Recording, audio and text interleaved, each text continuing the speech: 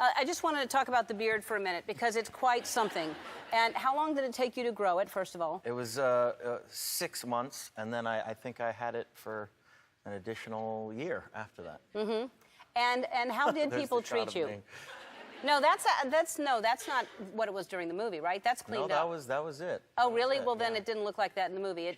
Maybe it's because there was so much ice on it too, because it was always frozen. That was actually wax. I had a fantastic makeup artist in this movie who did all the stuff from the bear mauling, and there was wax that she dribbled all over my face every day. It was about a 4 to 5 hour makeup job every day with all the scars and. So again, it was just a joy, yeah. The whole experience. But now, see, you're growing it back again or something, or you're just going to keep it at that level? A light stubble. A light stubble. Yeah. Do you like wearing? I don't think I'll ever have a beard like that ever again, unless it's for a role. But yeah, it's hard to maintain. It's just stuff gets in there. You know, you're eating, and then food falls in.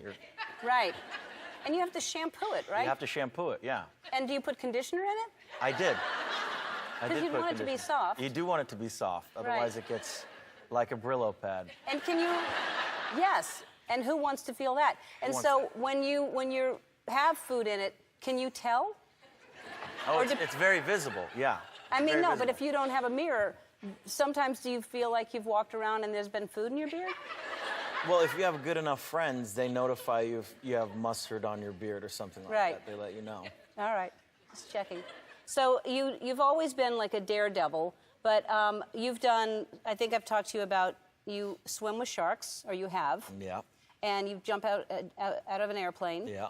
On a regular basis, or will you? I only did that once. Will you do it again? When both parachutes don't open, you tend to not go repeat something like that.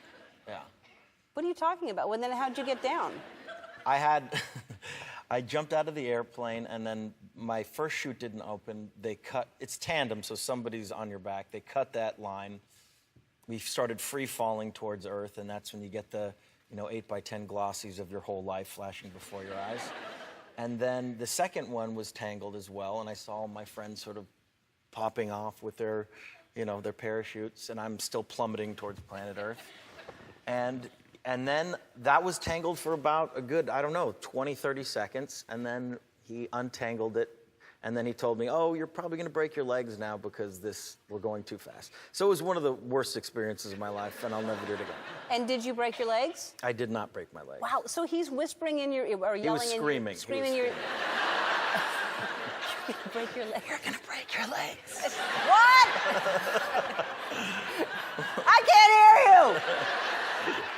Wow, that's just horrible. So what's the scariest thing you've ever done? I was on a plane to Russia, and the engine exploded. I was looking out the window, and the entire engine just turned into a fireball. It was right after Sully had that incident happen to him where the geese flew into both engines. Right, and he landed on the river? This happened in one of the engines, and I was the only person there that seemed to see this, but it was a flaming fireball. It was all Russian passengers, and I kind of felt like I'd already died and gone to heaven because no one said anything. And I was screaming at the top of my lungs, saying, what the hell is going on here? And these people just kind of looked back to me, and the stewardess came out and said, we seem to have a slight problem here. And the Russian guy finally said, what is the problem? And he said, well, we lost one of our engines. And he goes, how many engines did we have? He goes, well, we had 2, and now we have 1. And he proceeded to say, that is not good. That is not good.